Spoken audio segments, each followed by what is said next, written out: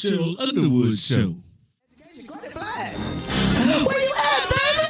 Sure, I'm at my first alma mater, Clark Atlanta University in Atlanta, Georgia. CAU was the first HBCU in the Southern United States. Shout out to our affiliate ATL Talks in Atlanta, Georgia, and everyone getting out there to vote for those 2 Senate seats. So we love you. That's what I'm talking. You are listening to KUAW Radio, home of the all-new Jamal Bates Show, and I'm Jamal Bates, and thank you so very much for listening to the station bringing you talk, news, entertainment that you won't get anywhere else. KUAW of and about. Different when the blessings ain't who you talking to. Just know I ain't no regular. Could be anything in the world, but I can never be you because I head tied like I'm on my tiptoes. Baby, you think a little too small. I got big goals, baby. Ain't where the money at. Look, I just need the info. Pronto, I go in. Hey, time to celebrate. It's March and it's Women's History Month. So I probably should have found something more appropriate, but I just thought about that at the last minute. So how are you all doing? I'm P. Montgomery, Executive Director of Urban Tech, where the TEC is the acronym for Technology Empowered Communities, and I am a Digi sis in a Digi world. Welcome to March. Did you see it is Women's History Month? And so I have decided I'm going to celebrate different Black women because luckily March has, it's a long month. It's got 31 days. So I get 5 days every Thursday, the 4, 11, what is that, 18, 25, whatever. And so I am going to celebrate a different Black woman who represents the different letters of STEAM, STEAM. So I got 5 Tuesdays, I believe. Let me look. And then I've got, let me see, 1, 2, 3, 4. I think I'm a little short. I thought I had 5. Oh, if I've done it on Sundays. All right, so I might have to squeeze somebody in or just do it April 1st. It'll be okay. So today we are doing science. And I am, let me screen share here. I am going to celebrate Mary Jackson. And of course, you know why I'm going to celebrate her. I will tell you here in a minute once I pull up my presentation. What do we have here? Okay. Wait a minute. I need to, I don't want to say this loud, but I just don't like the way these presentations are in this platform, but I will live. All right. So here we go. We have Urban Tech celebrating Women's History Month. All right, I hit the forward button.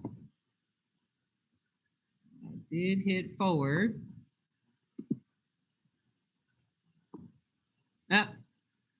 And so I think this went a little bit further. And so as I said, I'm going to start today celebrating STEAM or science of STEAM. And first, I just wanted to mention, this is probably out of order, but when we think about Women's History Month, Sojourner Truth said it, very eloquently many moons ago. And she said, "Ain't I a woman?" Because we were not included, Black women, in the feminist movement. And so as we celebrate Women's History Month, we really have to take the time to celebrate what we know as our story and as our narrative as Black women, because our counterpart sisters just did not embrace us. And I think in some regards, even to this day, don't really include us.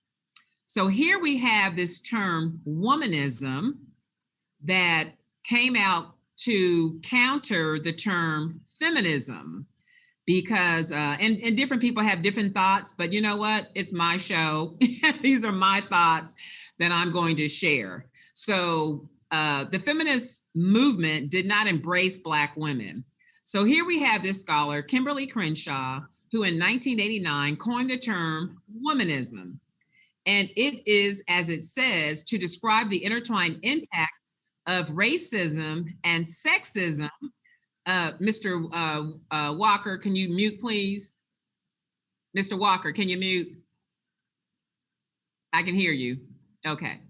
So the difference between the two concepts lies in the valuation placed on intersectionality within the theoretical frameworks. A lot of big words there at the end. We're just going to simply focus on the fact that this term, womanism, was coined specifically, as it says, to talk about the impact of racism and sexism on Black women.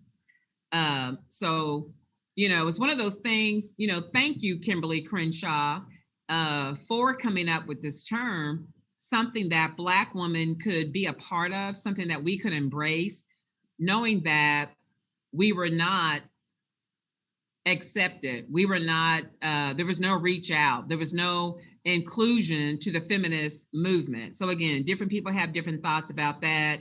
I'm surprised at the number of Black women who say that they associate more with feminism as opposed to womanism. But again, my show, Womanism, is what I believe in. So today I am paying tribute to the hidden figure, Mary Jackson, who was the first Black woman engineer at NASA.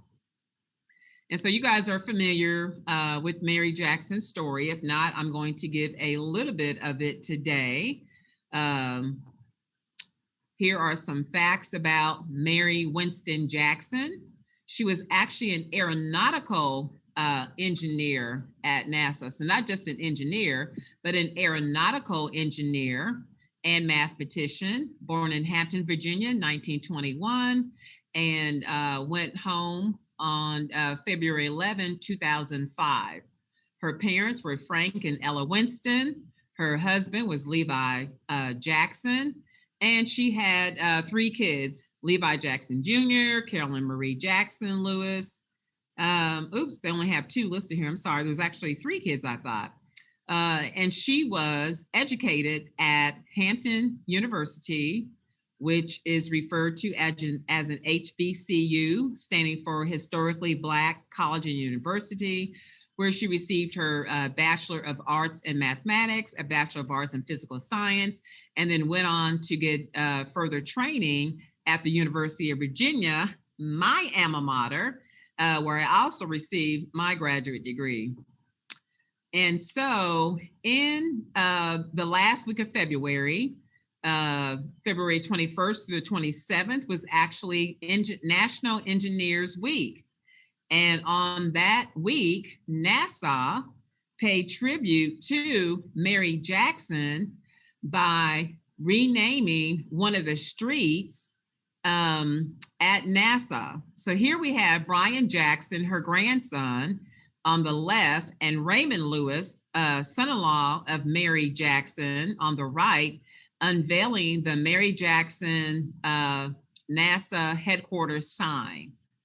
And this ceremony took place on Friday, February 26th at NASA headquarters in Washington, D.C.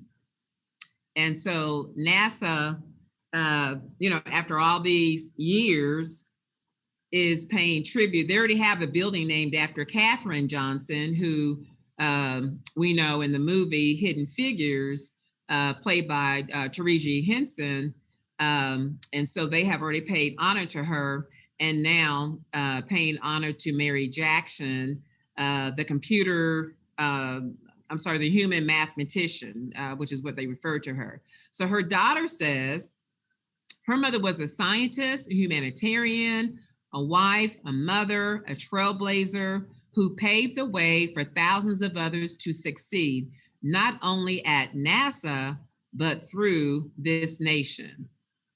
And so I like this quote that I found. This is a picture of Janae, why am I tongue-tied today? The actress who played her in the movie. And this is a quote from Mary Jackson. It says, "Every time we have a chance to get ahead, they move the finish line." And so it's interesting how that was her experience then. And that's an experience now for a lot of Black women in the workplace, or in the community, or when we're trying to get something done and accomplished.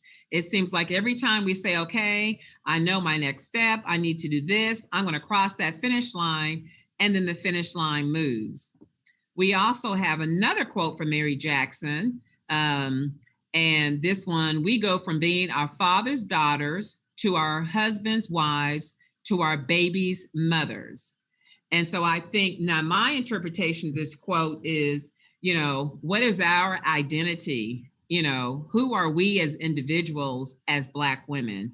Who are we as people? Because of course, back in the day where you had the strong two-parent homes, it was, your father's house, you're your father's daughter. Then you got married, 18, 19 years old. Then you became, the wife of your husband. That was your identity. And then when you started having families and started having your kids, now you're the baby's mother. All right. And so I really like that powerful quote there. Okay.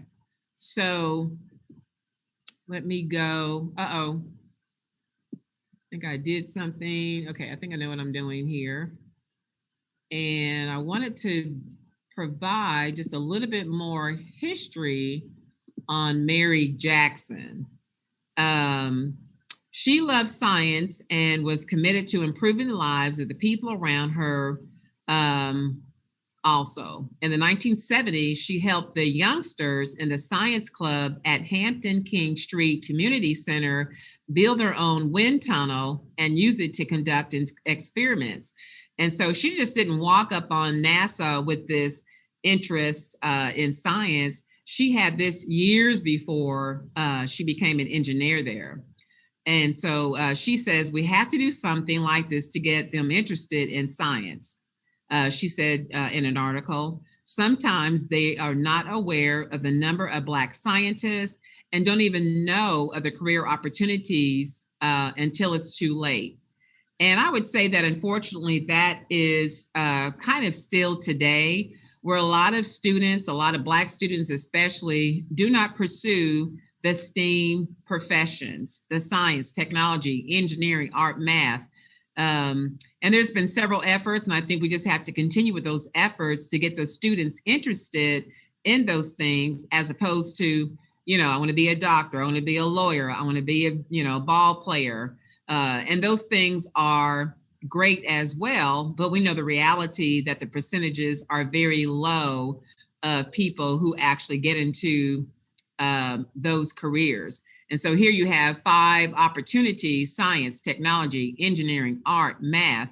And so what she's proposing is, show them what's available, show them the career opportunities, with the hope that they would, as she did, pursue those on their own. So Mary's on path to an engineering career at the NASA Langley Research Center was far from direct. Again, being a native of Hampton, Virginia, she graduated from Hampton Institute, which is what it was called before it became Hampton University. And she graduated from there in 1942 with a dual degree in math and physical sciences, and accepted a job as a math teacher at a Black school in Calvert County, Maryland. And so we know that the opportunities for Black women just weren't there. And really for a lot who were educated, their only option, both male and female, was to teach. And so she did that. Hampton had become one of the nerve centers of the World War II home front effort. And after a year of teaching, Mary returned home, finding a position as a receptionist at the King Street USO Club. And so it goes on to talk about, her career. And so it just goes to show the resilient, it goes to show, how resilient she was, and how believing in herself and just continuing on, knowing that she wanted to be an engineer. So Mary began her engineering career in an era where female engineers of any background were a rarity, which was in the 1950s. She was very well, may have been the only Black female aeronautical engineer in the field. For nearly 2 decades, she enjoyed a productive engineering career, authoring and co-authoring a dozen or so research reports, most focused on the behavior of the boundary layer of air around airplanes. As the years progressed, the promotion slowed, and she became frustrated at her inability to break into management level grades. In 1979, seeing that the glass ceiling was the rule rather than the exception for the center's female professionals, she made a final dramatic career change, leaving engineering and taking a demotion to fill the open position of Langley's Federal Women's Program Manager. There, she worked hard to impact the hiring and promotion of the next generation of all of NASA's female mathematicians, engineers, and scientists. And so, again, being resilient, persevering through the systemic racism that did not provide her an opportunity to initially to be in the career that she really wanted to be in. And so, let me see, where am I at? And go back to my PowerPoint.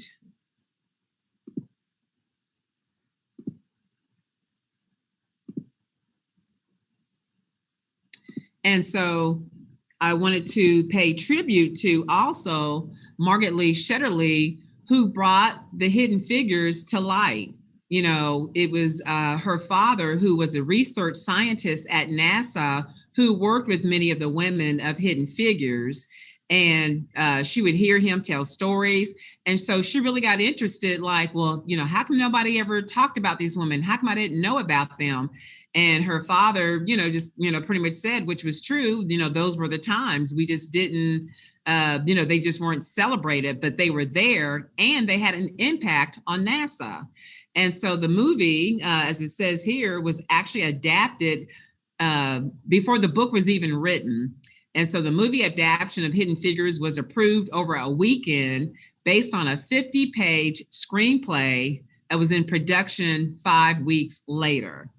This was all before the official completion and release of the best-selling novel. And so it just goes to show she was on to something. She had uncovered a very powerful, a very strong story that even the movies people acknowledged and appreciated and said, wow, this story has got to be told, because I'm sure they were unaware of the story, because Black history, as we know in general, is not taught in schools. And so there's a lot of contributions, a lot of inventions. I think I mentioned that last week when I did the PowerPoint of the different, voice over IP, call waiting,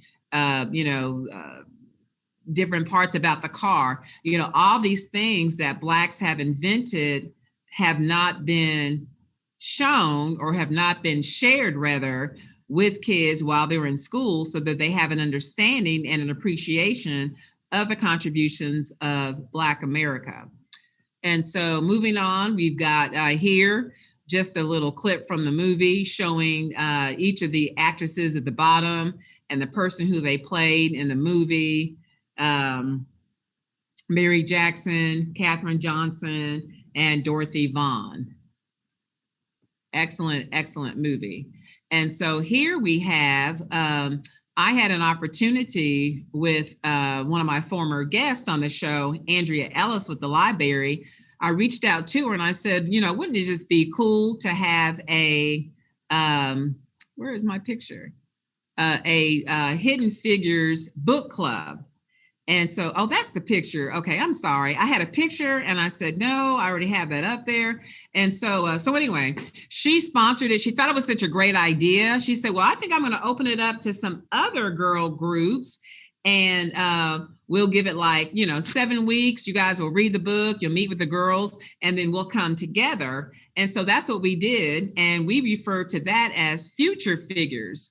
And so that event was a real fun event. It was an opportunity for all the girls who had read the book and the different book clubs. As you see here, that was my attempt at a photo frame.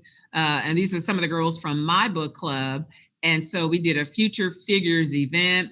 And at that event, we had an opportunity to have actual Black women at each of the tables during lunch, where the girls could talk to them. You know, we had engineers, we had scientists, we had, you know, all this. We had a nice range of different Black women because we didn't want a keynote speaker. We just said, hey, let's just let the girls play. As you see the space that we're in.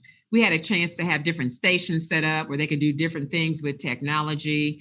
And then during the lunchtime, they could sit and chat and talk to different professional Black women, excuse me, about their careers and their career path and how they got there.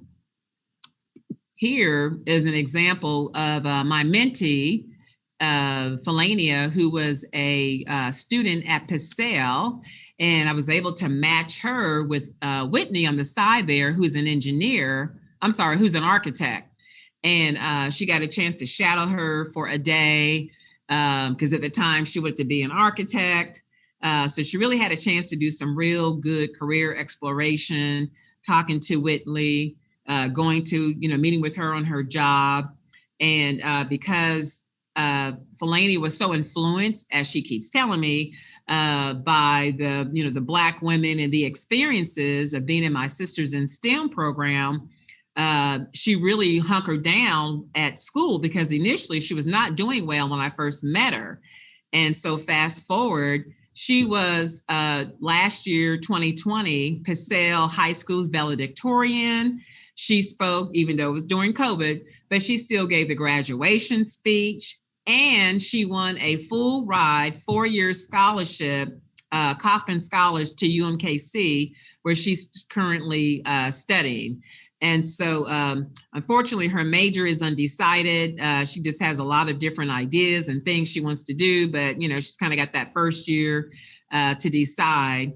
But anyway, so the influence of the village, the influence of the community and her meeting a lot of different people, again, because of the Sisters in STEM program and being exposed, because as I say all the time, you can't be what you can't see.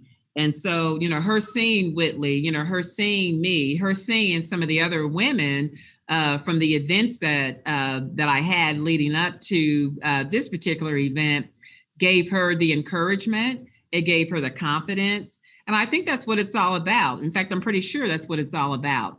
And so as we pay tribute to Mary Jackson and all that she did with being an engineer at NASA, you know, we thank her for being a trailblazer, her and the other women, Dorothy Vaughn, Katherine Johnson, and the many, many other women who were a part of that. You know, we saw the movie. Yeah, these three may have stood out, but there were other women as well who were a part of that, the efforts at NASA.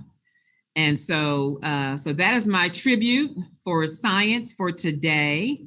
And I will have a technologist or technology person next week, and then we'll do engineering. And I probably might add more people, but again, just wanted to, you know, take the time just to pay tribute, especially since that street was just named after Mary Jackson at the NASA headquarters in Washington, D.C. Just a couple of weeks ago, February 26th. So, you know, time moves slow and progress moves slow, but it eventually does move. So we have to be just like those women. We have to persevere, we have to endure, and we have to be resilient to go forward and to believe in the things that we know, we feel we are. We can only be ourselves, but we must push through. So I am excited about this series to honor these Black women. And I am Ina Montgomery, a Digi Sis in a Digi World, and I will see you guys next Thursday. Thank you and have a good evening.